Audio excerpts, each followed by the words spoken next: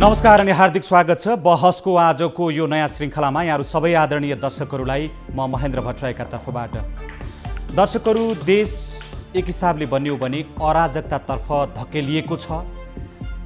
संविधानका जुन विषयवस्तुहरू थिए त्यसको बर्खिलाफ हुने गरी संसद विघटनको निर्णय गरियो र सर्वोच्च अदालतले प्रधानमन्त्रीले गरेको त्यो निर्णयको विपक्षमा फैसला दिएपछि यति बेला नेपालका राजनैतिक पार्टीहरू, जो नेपालका दुईवटा कम्युनिस्ट पार्टीहरू नेकपा एमाले र नेकपा माओवादी केन्द्रका नामबाट एकीकृत भएर नेकपा बनेका थिए, उहाँहरू आफ्नो आफ्नो घर फर्किने अवस्था बनेको छ।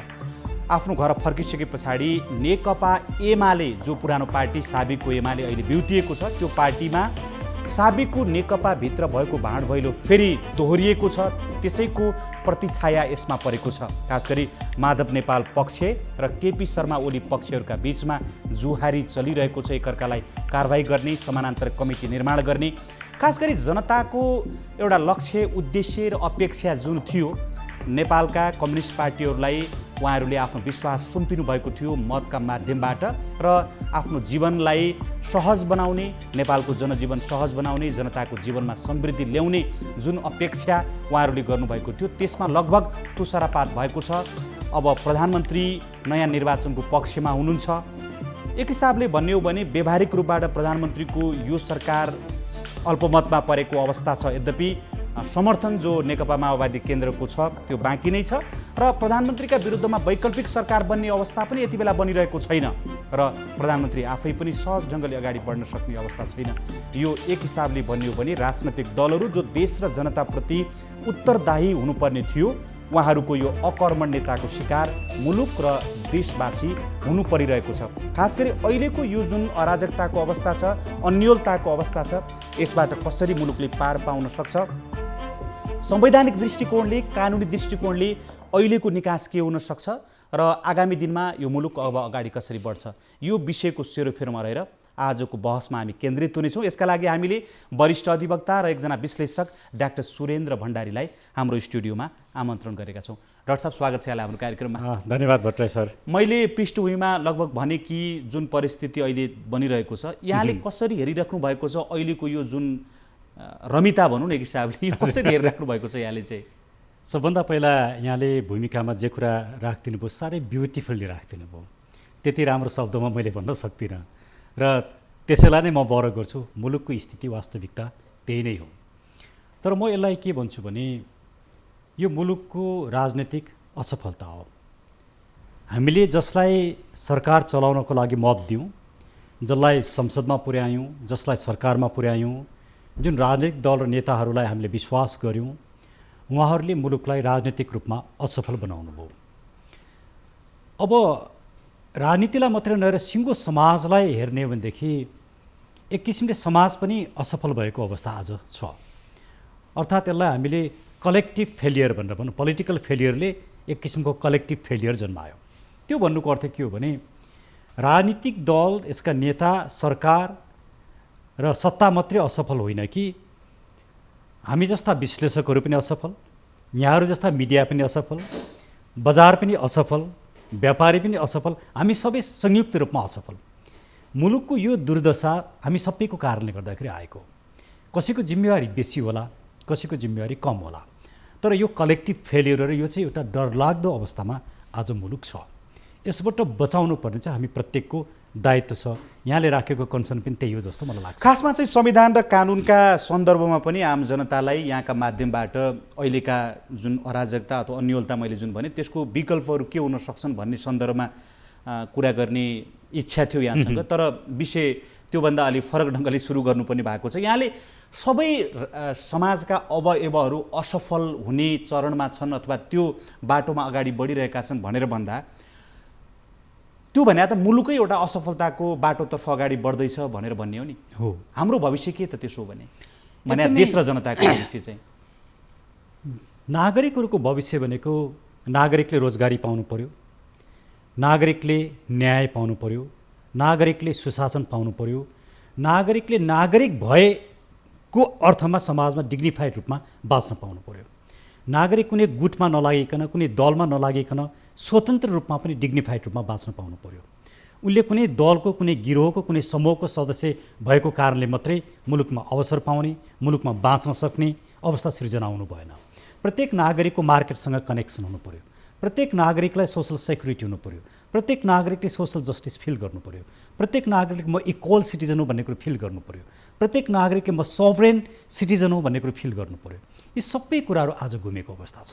तर भण्डारीजी, तपाईँले जुन महत्त्वपूर्ण कुरा उठाउनु भयो नि, यो जुन यहाँले जनताको अधिकारको कुरा जुन यी राइटहरू हुनुपर्छ भनेर जुन भन्नुभयो नि, त्यो राइटहरू अथवा ती अधिकारहरू ती विषयहरू जुन यहाँले उठान गर्नुभयो, त्यो र जनताको बिचमा त कहिल्यै पनि भेटघाट भएन नि। हो नि, समस्या यहीँनिर भयो। त्यसैले हाम्रो यो जुन फेलियर छ नि, यो डरलाग्दो किन रह्यो भने म अलिकति ऐतिहासिक रूपमा पनि हेरौँ।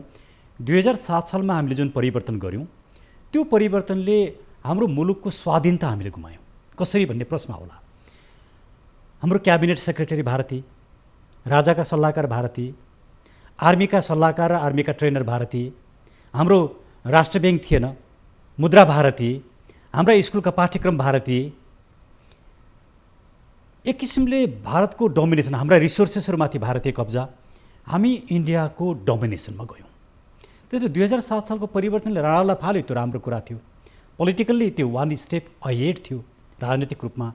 तर सिङ्गो सामाजिक रूपमा, सांस्कृतिक रूपमा र इभन सभरेन्टीको किसिमले चाहिँ हामी भारतको अधीनस्थ जस्तो भयौँ। त्यसले हाम्रो स्वाधीनता नै प्रश्न चिन्ह बनायो। अब हामी एकै बार जाउँ 2047 सालमा ठुलो परिवर्तन आयो, हामीले डेमोक्रेसी पायौँ, त्यो एकदमै राम्रो कुरा हो। तर हामीले सँगसँगै के गर्यौँ, हाम्रो आफ्नो भएको मार्केट, हाम्रा उद्योग धन्दा रोजगारी सबै कुरा समाप्त पार्यौँ। हाम्रो स्वाभिमान या हाम्रो आत्मसम्मान हामीले समाप्त पार्यौँ। हाम्रा युवाहरू विदेशमा रोजगार गर्न जानुपर्ने भयो। अब 62-63 को परिवर्तन लाएर त्यसले दुईवटा राम्रो कुरा गर्यो। एउटा, नागरिकहरू नै राज्य शक्तिको स्रोत हुन् भन्ने कुरो स्थापित गर्यो, नागरिकहरूमा सभरेन्टी छ भन्ने कुरो स्थापित गर्यो। यो बहुत राम्रो कुरा हो। तर हाम्रो आफ्नोपना, नेपालीपना, हाम्रो धर्म, संस्कृति, सभ्यता, परम्परा, यी सबमाथि चुनौती सिर्जना गर्यो। त्यसैले हाम्रो फेलियर चाहिँ आज मात्रै भएको होइन, यो सिलसिला हो। सिलसिला हो। यो कडीमा आउँदाखेरि आज हामी चाहिँ अब राष्ट्र नै चुनौतीमा पुगिसक्यो। हाम्रो राष्ट्रिय आइडेन्टिटी, राष्ट्र भन्ने कुरा नै आज हामी चुनौतीमा छन्। हाम्रो शासन व्यवस्था भन्ने चुनौतीमा पुग्यो, गुड गभर्नेन्स भन्ने चुनौतीमा पुग्यो। त्यसैले यो समग्रतामा हामीले इभेन्टलाई हेरेर कहिलेकाहीँ विश्लेषण गर्छौँ, होइन सत्तामा ओलीजी रहने कि फलानजी रहने कि फलानजी रहने, एउटा इभेन्ट मात्रै हो। तर कलेक्टिभली हाम्रो जुन पोलिटिकल विस्टम छ, त्यो पोलिटिकल विस्टम नै आज खतरामा परेको छ। राजनैतिक व्यवस्था तपाईँको चाहिँ के भने जस्तो प्रकारको व्यवस्था भए पनि म कहाँ कन्सर्न हुन खोजिरहेको छु भने आम जनताको दैनिकीसँग जोडिएका जे समस्याहरू छन्। किनभने जनतालाई को प्रधानमन्त्री बन्यो, तपाईँले अघि भने जस्तो ओली प्रधानमन्त्री बन्नुभयो या प्रचण्ड प्रधानमन्त्री बन्नुभयो या शेरबहादुर देउवा प्रधानमन्त्री बन्नुभयो भन्नेसँग त्यति तात्विक खासै फरक पर्ने स्थिति छैन। किनभने आफ्नो रोजीरोटी को गुजारा गर्नका लागि विदेश पलायन हुनुपर्ने बाध्यतामा नेपाली युवाहरू आज पनि छन्। तर अब यो जुन समस्या सिर्जना भइराखेको छ, नेपालका राजनैतिक पार्टीहरू जो जनताको लागि भनेर काम गरिरहेका छन्, नेपालमा चाहिँ जनता पनि, म जोड्न चाहेको विषय के भने जनता पनि सडकमा ओर्लिएको चाहिँ को प्रधानमन्त्री बन्ने र कसको सरकार बन्ने भन्ने सन्दर्भमा चाहिँ पटक पटक आन्दोलन भएको देखिन्छ। तर जनताको दैनिक जीवनसँग जोडिएका एजेन्डामा चाहिँ राजनीतिक पार्टीहरूले खालि त्यो आफ्ना प्रतिबद्धता पत्रहरूमा मात्रै उल्लेख गरेको देखिन्छ कि यो व्यवहारमा कहिल्यै पनि यस्तो कुरा भएको छैन। जनता किन आफ्नो अधिकारका लागि अगाडि नबढेको? एकदमै फन्डामेन्टल क्वेसन हो। म थोरै भूमिका बाँधेर म एन्सरमा आउँछु। पञ्चायतले 30 वर्ष शासन गर्यो, अहिले पञ्चायत पछाडि 31 वर्ष भयो। यो 31 वर्षको सिङ्गो पार्लियामेन्टलाई हामी हेरौँ, यो पार्लियामेन्टमा कहिल्यै रोजगारी कसरी सृजना गर्ने भनेर डिबेट भयो? भएन। ब्याङ्कको ब्याज दर कसरी घटाउने र युवाहरूलाई कसरी सरल ब्याज दरमा लोन दिने र उनीहरूलाई इनोभेटिभ एक्टिभिटिजमा लगाउने र उनीहरूलाई लगानी गर्न प्रोत्साहित गर्ने कहिल्यै भयो? भएन। शिक्षालाई कसरी गुणस्तरीय बनाउने, कसरी सर्वसुलभ बनाउने, कसरी निःशुल्क बनाउने कहिल्यै भयो? भएन। स्वास्थ्यमा भएन। मूलतः नागरिकको जनजीविकासँग सम्बन्धित उनीहरूको क्वालिटी अफ लाइफ, हामीले डेभलपमेन्ट भन्छौँ नि, विकासको दुईवटा पक्ष, एउटा इकोनोमिक ग्रोथ, अर्को ह्युमन डेभलपमेन्ट इन्डेक्सहरू जहाँ शिक्षा, स्वास्थ्य, ह्युमन राइट्स, लिबर्टीका कुराहरू पर्छन्। हामीले न ग्रोथको नै एउटा राम्रो प्याकेज दिन सक्यौँ, न हामीले ह्युमन डेभलपमेन्टमा नै हामी कन्सर्न हुन सक्यौँ। योभन्दा अगाडिको यहाँको कार्यक्रममा मैले केही इन्डेक्सहरू दिएको थिएँ। बङ्गलादेशको जिडिपी कसरी बढ्यो, भुटानको कति छ, मालदिभ्सको कति छ, हाम्रो कति छ। हामीले प्रोग्रेस गर्न सकेनौँ। यसले के देखाउँछ भने, म अर्को एउटा इक्जाम्पल दिउँ, सिरिया र डेनमार्कको इक्जाम्पल दिउँ। सिरिया आज पनि युद्धग्रस्त छ। 500 वर्ष अगाडिको सिरिया आजको भन्दा फरक थियो। 500 वर्ष अगाडिको डेनमार्क आजको भन्दा फरक थियो। आजको सिरियाको अवस्था डेनमार्कको थियो, आजको डेनमार्कको अवस्था सिरियाको थियो। ठ्याक्कै अपोजिट भयो। किन भयो भने बिकज अफ पोलिटिक्स। राजनीतिक असफलताले सिरिया यहाँ पुग्यो, राजनीतिक सफलताले डेनमार्क यहाँ पुग्यो। आज डेनमार्कलाई हामीले एउटा स्वर्ग जस्तो मान्न सकिन्छ सबै कारणले। Social security, social justice, liberty, human rights, freedom, equal citizen, market, यी सबै कुराले।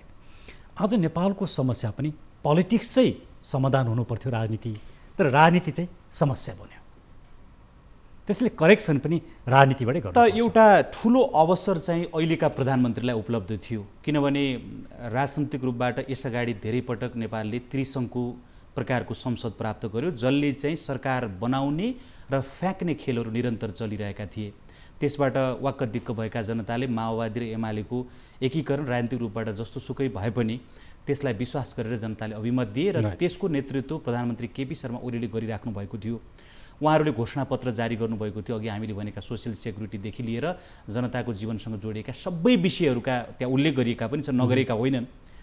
यो अहिले चाहिँ खास के भयो त? अब यो कसले यो जुन अहिले समस्या सिर्जना भयो नि, यसको मान्छेले बुझेकै छैन कि उनीहरू किन मिले, फेरि उनीहरू किन लडे, किन फुटे उनीहरू। राइट। यो मान्छेलाई चाहिँ भनौँ न, यो यसको खास यसको चाहिँ महत्त्वपूर्ण जुन प्रश्न छ, यसको उत्तर कतैबाट पनि मान्छेले पाएका छैनन् कि। एकदमै राम्रो प्रश्न। किन यो फुट र विभाजनको श्रृङ्खला कहाँबाट सुरु भयो भने ओलीजी निरङ्कुश हुनुभयो, उहाँले लोकतन्त्रलाई समाप्त पार्न लाग्नुभयो, सम्पूर्ण राजनीतिक उपलब्धिहरू समाप्त पार्न लाग्नुभयो। उहाँले मुलुकका सबै व्यतिथि उहाँले सृजना गर्नुभयो। उहाँमाथि लगाएको आरोप त प्रचण्ड खेमाले, माधव नेपाल खेमाले लगाएको आरोप त यही हो नि। अब यो आरोप लागिसकेपछि उहाँहरूले प्रधानमन्त्री ओलीलाई सत्ताबाट हटाउने, प्रधानमन्त्रीबाट हटाउने, आफू प्रधानमन्त्री बन्ने, त्यो भएर संसदमा उहाँहरूले अविश्वासको प्रस्ताव पनि राख्नुभयो, त्यो दर्ता पनि गर्नुभयो। यो सब श्रृङ्खलालाई हेर्दाखेरि के देखिन्छ भने, यदि उहाँहरूको राजनैतिक एजेन्डामा मतभिन्नता थियो र पोलिटिकल एजेन्डालाई उहाँहरूले समात्नु भएको हो भने अहिलेको अवस्थामा माओवादी केन्द्रले ओलीजीलाई 1 मिनट पनि समर्थन गर्न मिल्दैन। त्यो समर्थन फिर्ता लिनुपर्छ। किनकि ओलीजी त एन्टी डेमोक्रेटिक, एन्टी सिस्टमिक एउटा पर्सनालिटीको रूपमा उहाँहरूको भाषामा भने चाहिँ त्यस्तो व्यक्तिलाई समर्थन गर्न मिल्दैन, उहाँहरूको राजनीतिक नैतिकताले दिँदैन। तर किन गरिरहनु भएको छ? किन गरिरहनु भएको छ भने यदि ओलीजीलाई समर्थन नगर्ने हो भने आफू पनि सरकार बनाउन सकिँदैन।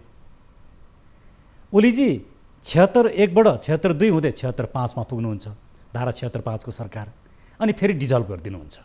अनि फेरि डिजल्भ भएपछि चुनावमा जाँदाखेरि आफ्नो जित्ने हैसियत छैन। उहाँहरू सधैँ सत्ताको क्यालकुलेसन कसरी आफू पावरमा पुग्ने, चुनावमा गएर होइन कि चुनावमा नगइकन सत्तामा पुग्न सक्ने, त्यो खेलमा लाग्नुभयो। अब यसको अहिलेको इक्वेसनलाई हेरौँ, यसको नम्बर गेमलाई हेरौँ। एमालेसँग अहिले 121 जनामा एकजनाको मृत्यु भएको छ, 120 जना र 2 जना स्वतन्त्र गरी उहाँहरूसँग 122 जना। 122 जना। अब त्यसमध्ये माधव नेपालसँग 40 जनामा अहिले 38 जना हैन, जसमध्ये समानुपातिकको सांसदहरूलाई झिक्न सक्ने अस्ति उहाँहरू आन्तरिक जुन संशोधन बनाएको छ विधान, त्यो गरिसके पछाडि प्रत्यक्ष निर्वाचित 18 जना चाहिँ माधव नेपाल पक्षसँग हुनुहुन्छ। अब प्रधानमन्त्री चाहिँ सबै किसिमले पावरफुल बनिरहनु भएको छ, सबै अधिकार आफैमा कन्सन्ट्रेट गर्नु भएको छ।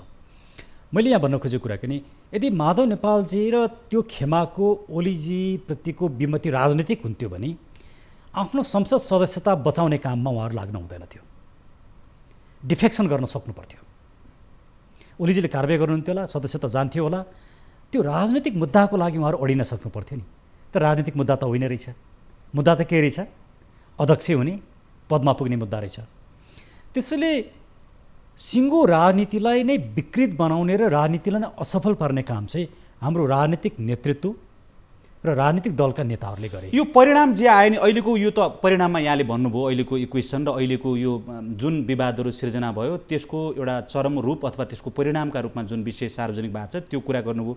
अलिकति हामी पछाडि जाउँ, जो निर्वाचन यस अगाडिको निर्वाचन सम्पन्न भयो, ओभरहोल्मिङ प्रकारको अभिमत प्रचण्ड र केपी ओलीले नेतृत्व गरेको पार्टीले प्राप्त गरेको थियो। उहाँहरूको कोलिसन मात्रै थियो, त्यस पछाडि उहाँहरू पार्टी बन्नुभयो। त मैले भन्न खोजेको प्रचण्ड र माधव कुमार नेपालहरूलाई चाहिँ केपी ओलीका विरुद्धमा मोर्चाबन्दी गर्ने जुन अवसर छ यो मूलभूत रूपमा प्रधानमन्त्री स्वयंले खडा गर्नुभयो नि, किनभने यस्तो खेल मैदान उहाँले क्रिएट गरिदिनु भयो कि उहाँका प्रति आलोचना गर्नुपर्ने वातावरण त स्वयं प्रधानमन्त्रीले, किनभने उहाँ निर्णय गर्ने ठाउँमा एक्जिक्युटिभ रोलमा हुनुहुन्थ्यो। अघि जनता लामो समयदेखि निराशामा थिए, समस्यामा थिए। जनतालाई आशामा परिणत गर्ने, जनतालाई विश्वास दिलाउने, महत्त्वपूर्ण कामहरूको थालनी गर्ने र त्यस्तो प्रकारको आफ्ना विरुद्ध मोर्चाबन्दी हुनै नदिने खालको वातावरण प्रधानमन्त्री अगाडि बढाउने जुन अवसर, सुवर्ण अवसर थियो, त्यो त उहाँले गुमाउनु भयो नि त वास्तवमा। यहाँले एकदमै राइट कुरा भने हो। यसमा म दोष चाहिँ प्रधानमन्त्री र प्रचण्डजी र माधव नेपालजी तिनैजनाको दोष देख्छु। उहाँहरूको कलेक्टिभ उहाँहरूको फेलियर हो। प्रधानमन्त्रीलाई अध्यक्ष पनि बन्नुपर्ने, प्रधानमन्त्री पनि बन्नुपर्ने, सम्पूर्ण भयभरका अधिकारहरू आफैले पद प्रतिष्ठा चाहिँ आफू र आफ्ना वरिपरिकै समूहलाई मात्रै राख्नुपर्ने। प्रचण्डजीलाई पनि प्रधानमन्त्री नै बन्नुपर्ने या सबै अधिकार भएको अध्यक्ष बन्नुपर्ने, माधव नेपालजीलाई पनि अध्यक्ष या कुनै न कुनै भूमिका चाहिने होइन। अब हामीले यदि पार्लियामेन्ट्री फर्म अफ डेमोक्रेसीलाई हेर्ने हो भनेदेखि तपाईँको आफ्नो दलले कोही व्यक्तिलाई प्रधानमन्त्री बनाइसके पछाडि तपाईँको कन्स्टिट्युसनल पोलिटिकल मोरालिटी के हो भने त्यो व्यक्तिलाई 5 वर्षसम्म टिकाउने तपाईँको नैतिक दायित्व हो। यो राजनीतिक दायित्वबाट त उहाँहरू त च्युत हुनु पनि। आफ्नै दलको कसलाई प्रधानमन्त्री बनाउने त्यो उहाँहरूको बिल्कुल आफ्नो कुरा, आन्तरिक कुरा हो। एबिसिडी जसलाई बनाउनुहोस्, तर बनाइसके पछाडि टिकाउनु पर्ने चाहिँ उहाँहरूको नैतिक कर्तव्य हो। त्यो नैतिक कर्तव्यबाट, राजनीतिक ड्युटीबाट उहाँहरू पलायन हुनुभयो। त्यसैले उहाँहरूमा के संस्कार रहेछ भने म नै पदमा पुग्नुपर्छ, म नपुगिकन हुँदैन। उहाँहरूले सिस्टम बनाउने, सिस्टम बनिसके पछाडि त सिस्टमको बेनिफिसियरी सबै हुन्छन्। जो प्रधानमन्त्री भए पनि हुन्छ, जो मन्त्री भए पनि हुन्छ। बाँकी नीति सिद्धान्तका जुन उहाँहरूले कुराहरू गरिराख्नु भएको छ त्यो चाहिँ के जनतालाई बेकुफ बनाउने कुरा मात्रै हो? त्यो नै भयो नि, किनभने पिपुललाई त यो परिवर्तन पछाडि के भयो, पिपुलले झन् बेसी कर तिर्नु पर्यो। इभन कतिसम्म कि मृत्यु दर्ता गर्दा पनि बेसी पैसा तिर्नु पर्यो, जन्म दर्ता पनि बेसी पैसा तिर्नु पर्यो। प्रत्येक ठाउँ पिपुल चाहिँ मारमा पर्यो। पिपुलले के पायो त? हामीले हेरौँ, इभन लोकल लेभलमा पनि आज सार्वजनिक जग्गाहरू सबै निजीकरण भएको छन्, दलका कार्यकर्ता र नेताका नाममा गएको छन्। हो, यो व्यवस्थाको जुन परिवर्तनको सन्दर्भ छ, जनताका लागि भनेर ल्याइएको परिवर्तनको जुन सन्दर्भ छ, यहाँले महत्त्वपूर्ण प्रसङ्ग उठाउनु भएको छ। यसलाई म फेरि निरन्तरता अगाडि बढाउनेछु। दर्शकहरू, हामीसँग विश्लेषक तथा वरिष्ठ अधिवक्ता डाक्टर सुरेन्द्र भण्डारी स्टुडियोमा हुनुहुन्छ। बहसको आजको यो श्रृङ्खलामा मुलुकले भोगिरहेको आजको जुन समस्या छ, यसका कारणहरू र यसबाट पार पाउने उपायहरूका सन्दर्भमा उहाँसँग कुराकानी गरिरहेका छौँ। यो विश्लेषणात्मक बहस फेरि पनि जारी रहनेछ। बेला भएको छ छोटो विश्रामको।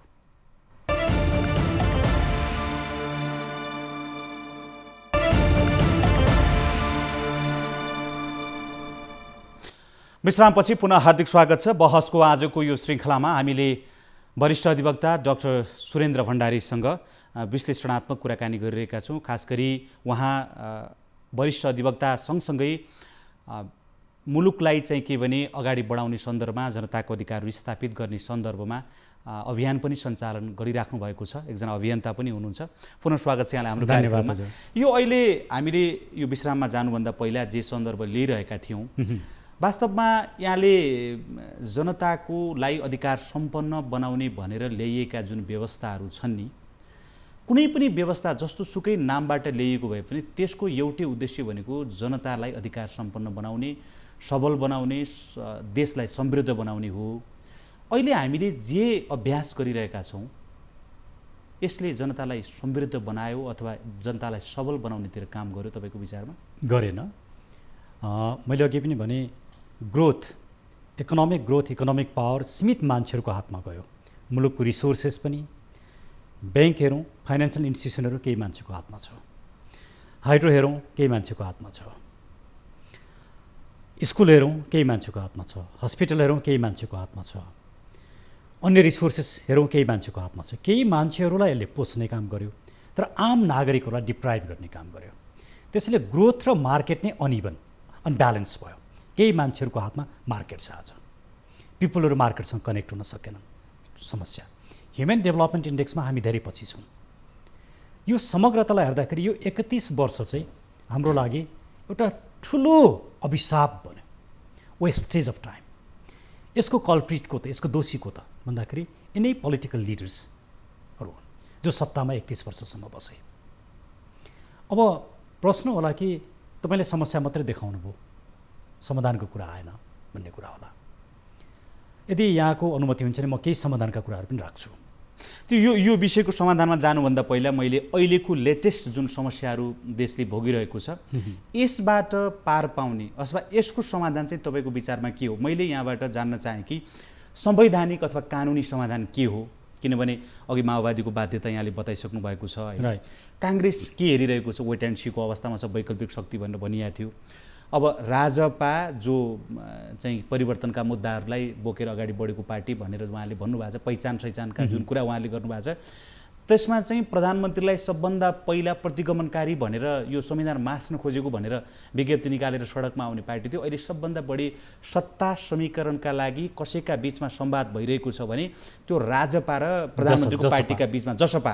र आज मात्रै पनि यो जसपा र राजपा र सङ्घीय समाजवादी मिलेर भर्खरै जसपा बनाएको छ। उहाँहरू कहिले मिल्नुहुन्छ, कहिले के पार्टी बनाउनुहुन्छ, हामी यो कन्ट गर्न पनि अलिक समस्या छ। भनेको मतलब यो आज मात्रै पनि उहाँहरूका बिचमा बहस चलेको छ। उहाँहरू के दाउ हेरेर बसिराख्नु भएको छ राजनीतिक पार्टीहरू? अहिलेको यो संवैधानिक निकास के हो, राजनैतिक निकास के हो, यो यसको समाधानतिर लागौँ। Thank you.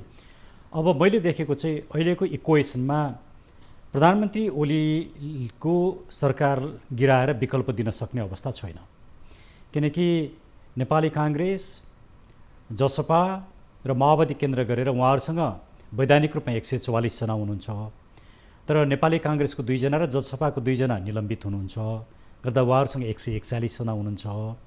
त्यसमध्ये 5 जना कि 6 जना ओलीतिर माओवादी केन्द्रको आउनु भएको छ, उहाँहरूसँग जम्मा 136 जना हुनुहुन्छ। परे चाहिँ 2 जना पुग्दैन, 2 जना पुगेन यो इक्वेसनमा।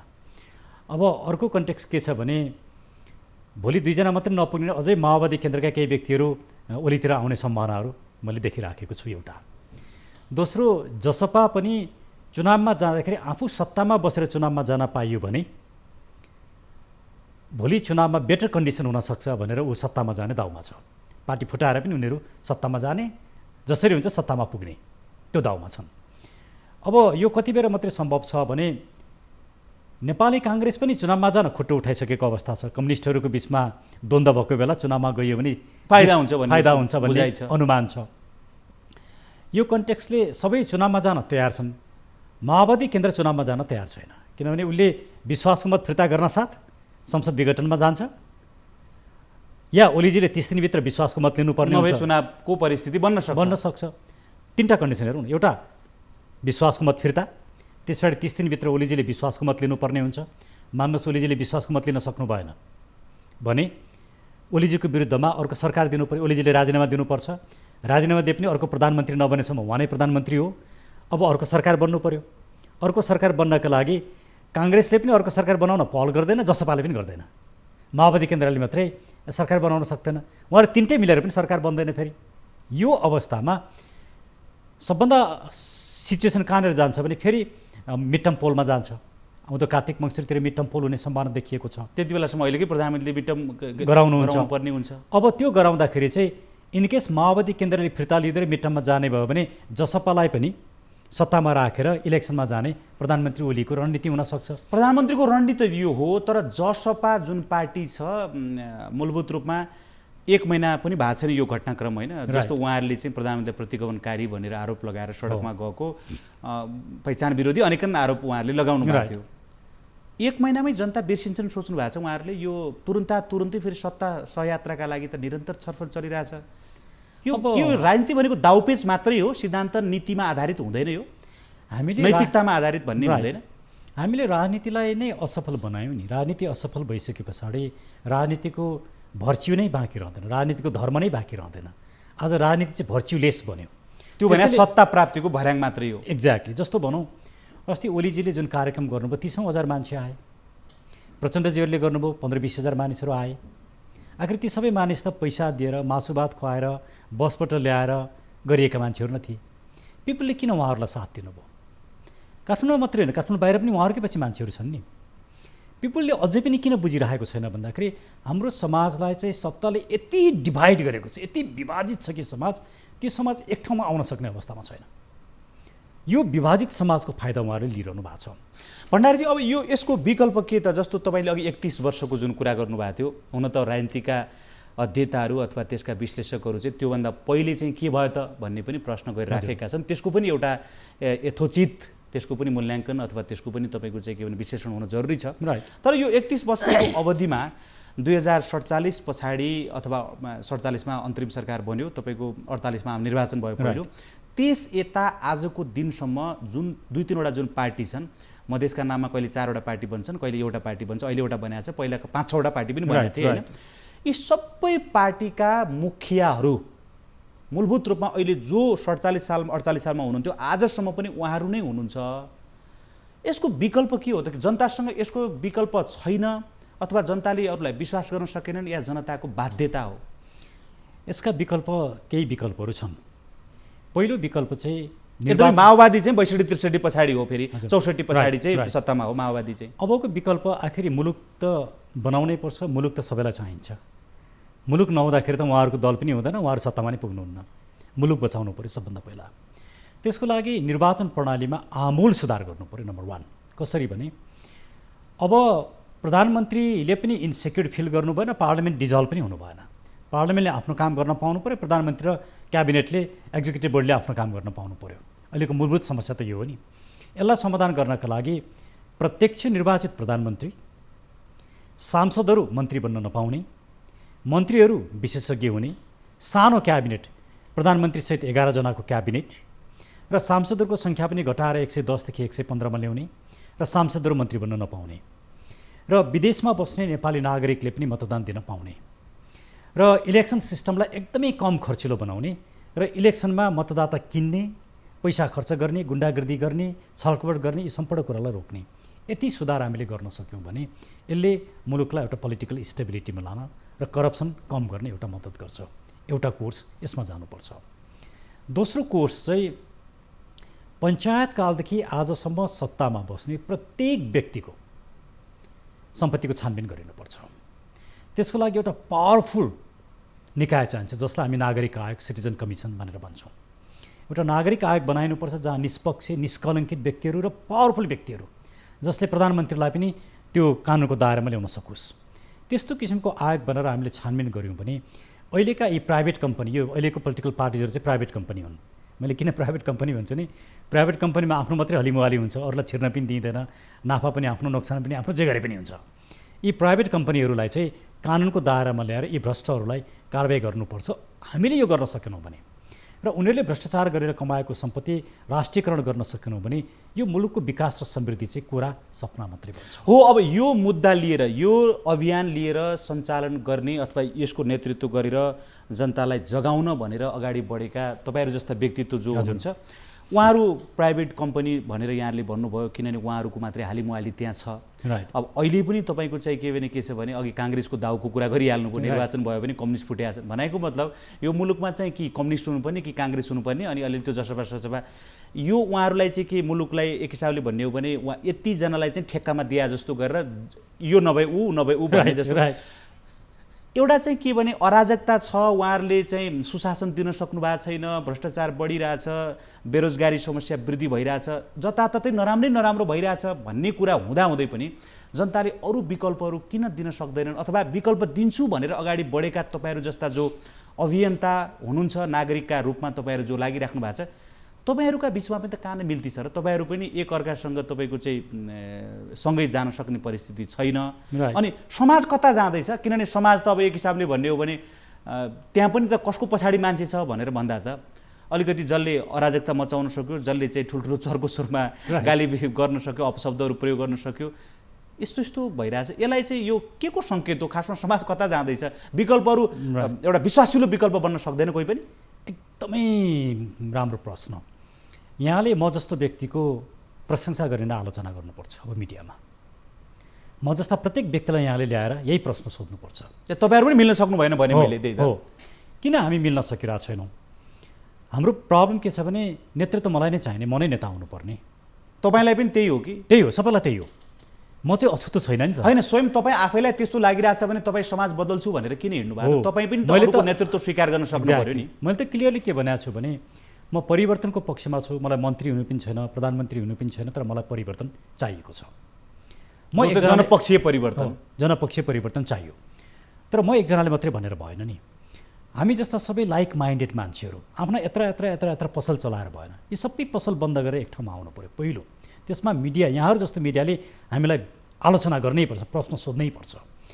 हामी स्वार्थ बोकेर कसरी मुलुक परिवर्तन हुन्छ? यहाँको मात्रै कुरा गरिरहँदा मैले जस्तो अब वैकल्पिक शक्ति भनेर बनेका पार्टीहरू पनि विभाजन भए होइन, राइट टाइममा विभाजन भए उनीहरू। त्यस पछाडि अहिले त मिले जस्तो देखिन्छ, जबकि त्यो आकर्षण कम भइसकेको देखिन्छ जनताको। तपाईँहरू जो वैकल्पिक अरू अभियान चलाइराख्नु भएको, सुशासनका पक्षमा अभियान चलाउनु भएको मान्छेहरू पनि एकअर्काका विरुद्ध आगो उकोलिरहेको देखिन्छ। हो, तर यो एउटा निराशाको कुरा भयो। तर म सँगसँगै के भनौँ भने अहिले पनि हामी प्रयासरत छौँ कि केही लाइक माइन्डेड मान्छेहरू एक ठाउँमा बसौँ, 50जना 100जना मान्छे एक ठाउँमा आउँ र अब हामी मुलुकलाई परिवर्तन दिन्छौँ र यसरी परिवर्तन दिन्छौँ भन्ने हाम्रो खाका अगाडि सारौँ र पिपुलले त्यो खाकालाई इन्डोर्स गर्यो, पत्यायो भने परिवर्तन सम्भव छ। त्यसैले म अहिले पनि आशावादी छु, किनकि यो विकट परिस्थितिमा नै यसको समाधानका उपायहरू निस्किन्छन् र यहीँबाट एउटा पोजिटिभ कुरो पनि निस्किन्छ। त्यसले काहीँ न काहीँ त्यो सिल्भर लाइनिङ हेर्नुपर्छ हामीले। त्यो सिल्भर लाइनिङ हेर्दाखेरि कहिलेकाहीँ निराशाभित्रबाट नै आशा आउँछ र त्यो आशाले परिवर्तन गर्छ। ओबामाले भने नि कि उनको इलेक्सनको एउटै मात्रै थिम थियो, होप, लेट्स होप। आज हामी पनि नेपाली समाज लेट्स होप भन्ने अवस्थामा छौँ र हामी प्रत्येक म जस्ता व्यक्तिहरू, हामी सबै व्यक्तिहरू चाहिँ लाइक माइन्डेड व्यक्तिहरू एक ठाउँमा आएर आफ्ना कमी कमजोरी पनि महसुस गर्नुपर्छ। सत्तालाई केन्द्रबिन्दुमा राखेर अगाडि आउनु हुँदैन। सत्ता प्रायोरिटी होइन, मुलुक प्रायोरिटी भन्नुपर्छ। र अभियन्ताहरूले या मुलुकलाई अब परिवर्तन गर्छु भनेर सङ्गठित हुने व्यक्तिहरूले म नै सत्तामा जान्छु भन्ने भावना त्यागेर,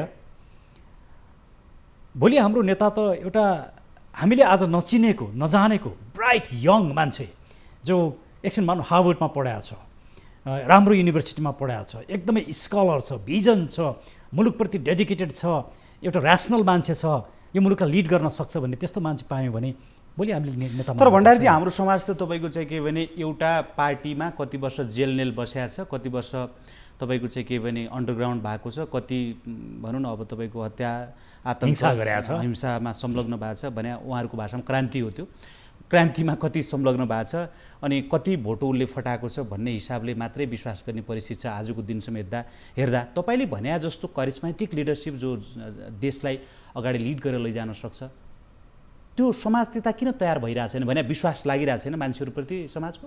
त्यसमा के छ भने हामी जस्ता विचारकहरू जो छौँ नि, हामी जस्ता विचारक या त आत्मकेन्द्रित छौँ। म नै नेता हुनुपर्छ, म नै प्रधानमन्त्री हुनुपर्छ, म नै राष्ट्रपति हुनुपर्छ, म नै फलानु हुनुपर्छ, म नै मात्रै ठिक छु, म एक्लैले परिवर्तन गर्छु भन्ने विचारकहरू यो समाजमा छाप्ती छन्। अबको लिडरसिप एकजना लिडरसिप लिन सक्दैन, कलेक्टिभ लिडरसिप, टिम चाहिन्छ। पहिलो कुरा, परिवर्तन एकजना व्यक्तिले गर्न सक्दैन एउटा। दोस्रो कुरा चाहिँ हामीले पिपुललाई बुझाउन सकेनौँ नि, परिवर्तन भनेको रमाइलो होइन, परिवर्तन भनेको ठट्टा होइन, परिवर्तन भनेको एक किसिमको अराजक प्रवृत्ति होइन, परिवर्तन भनेको अभियानलाई नै मागी खान भाँडो बनाउने प्रवृत्ति होइन, त्यो भनेको भ्रष्टाचार हो। त्यसले हामीले पिपुललाई पनि बुझाउन सकेका छैनौँ। र यहाँहरू जस्तो मिडियाको पनि अब डिस्कोर्स अलिकति चेन्ज हुनुपर्छ। सधैँ हामीले यिनै प्रचण्ड, यिनै माधव नेपाल, यिनै केपी ओली, शेरबहादुर देउबा, यिनै व्यक्तिको मात्रै चर्चा गरेर अब हुँदैन। अब डिस्कोर्स नयाँ मान्छे खोज्नु पर्यो।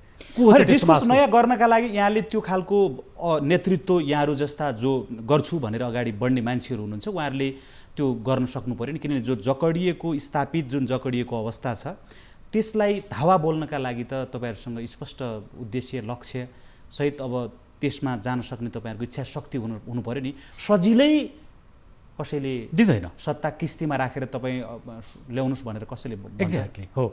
त्यसले हाम्रो पनि ठुलो कमजोरी छ। हामीले 3 वर्ष लगभग भयो हामीले पनि सडकमा हामी निस्केका, हाम्रा पनि आफ्नै सक्सेस फेलियरका स्टोरिजहरू छन्, हाम्रा कमी कमजोरी हामीले महसुस गरेका छौँ। त्यसैले हामी पनि अब एउटा नयाँ किसिमले अगाडि जाने तयारीमा छौँ। 62-63 सालको जनआन्दोलन जुन भनिएको छ त्यो जनआन्दोलन पछाडि चाहिँ एउटा मुलुकले केही परिवर्तन देख्यो भोग्यो भने चाहिँ त्यति बेला चाहिँ राजाको शासन थियो। त्यस पछाडि राजाको ठाउँमा राष्ट्रपति आउने व्यवस्था संविधानमा व्यवस्था गरियो। राष्ट्रपति उपराष्ट्रपति बन्नुभयो अनि सरकारहरू तल पनि अलिकति सरकारहरू गए। त्यो परिवर्तन देखियो। अहिले यो यद्यपि तपाईँको राजाले शासन गरिरहेको संवैधानिक र प्रत्यक्ष पनि नेपाली जनताले भोगेका छन्, हेरेका छन् होइन। तर यो खालको स्वरहरू पनि अहिले सुनिराखेका छ कि भने विकल्प चाहिँ जनतालाई यो परिवर्तनका नाममा जकडिने मात्रै परिस्थिति बन्ने हो भने त बरु त्योभन्दा त स्वाधीनताका दृष्टिकोणले त राज संस्था पनि विकल्प हुन सक्थ्यो भन्ने आवाजहरू छिटफुट रूपबाट सडकमा सुनिएका छन्। तपाईँको विचारमा तपाईँहरूले पनि यो आवाजहरू उठाइरहेको जस्तो देखिन्छ होइन? यो के उपयुक्त विकल्प हो र? किनभने त्यो पनि त नेपाली जनताले परीक्षण गरेर हेरिसकेको परिस्थिति हो नि। उहाँहरूले पनि अवसर प्राप्त गरेको हो, तर त्यस्तो उल्लेख्य केही जनतालाई दिन सक्ने काम त केही भएन। राइट। हामीले खोजेको हिजोको राजा होइन, हिजोको शासकीय स्वरूप अन्तर्गतको राजा होइनन्। हामीले अहिलेको राजाको विषयमा मार्केटमा 3टा दृष्टिकोण आएको छन्। एउटा सक्रिय राजा, राजाले नै राजनीति गर्नुपर्छ, राजाले नै यो सब कुरा ठिक गर्नुपर्छ भन्ने त्यो गलत विचार हो। त्यसले 21st सेन्चुरीमा त्यस्तो किसिमको विचार कसैले पनि स्वीकार गर्न सक्दैन। दोस्रो, 47 सालको संविधानलाई बिउताएर राजालाई ल्याउनुपर्छ, 47 सालको संविधानमा केही परिमार्जन गरेर भन्ने दोस्रो विचार आछ।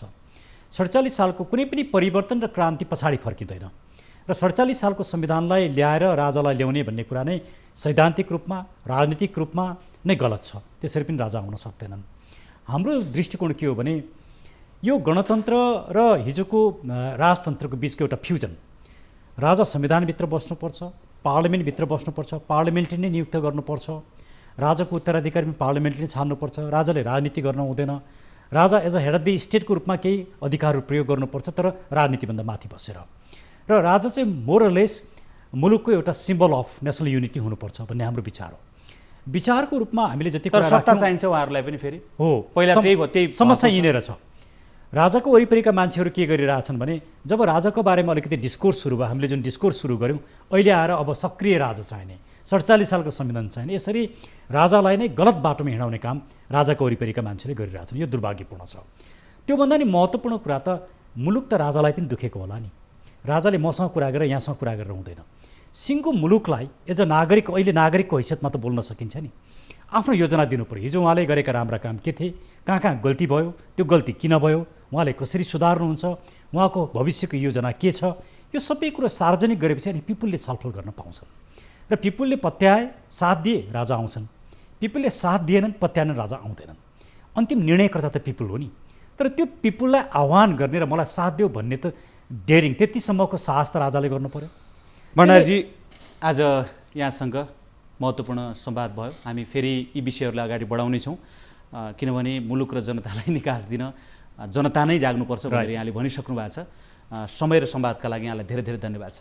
यहाँलाई पनि धेरै धेरै धन्यवाद। आदरणीय दर्शकहरू, आज हामीले वरिष्ठ अधिवक्ता विश्लेषक डाक्टर सुरेन्द्र भण्डारीसँग बहसको यो श्रृङ्खलामा मुलुकले भोगिरहेका तमाम समस्याहरू र त्यसबाट मुक्ति पाउने उपायका सन्दर्भमा विश्लेषणात्मक कुराकानी गऱ्यौँ। अर्को श्रृङ्खलामा नयाँ विषय र पात्रहरूका साथ फेरि उपस्थित हुनेछौँ। आजका लागि यो कार्यक्रमबाट हामी सबैलाई बिदा दिनुहोस्। नमस्ते।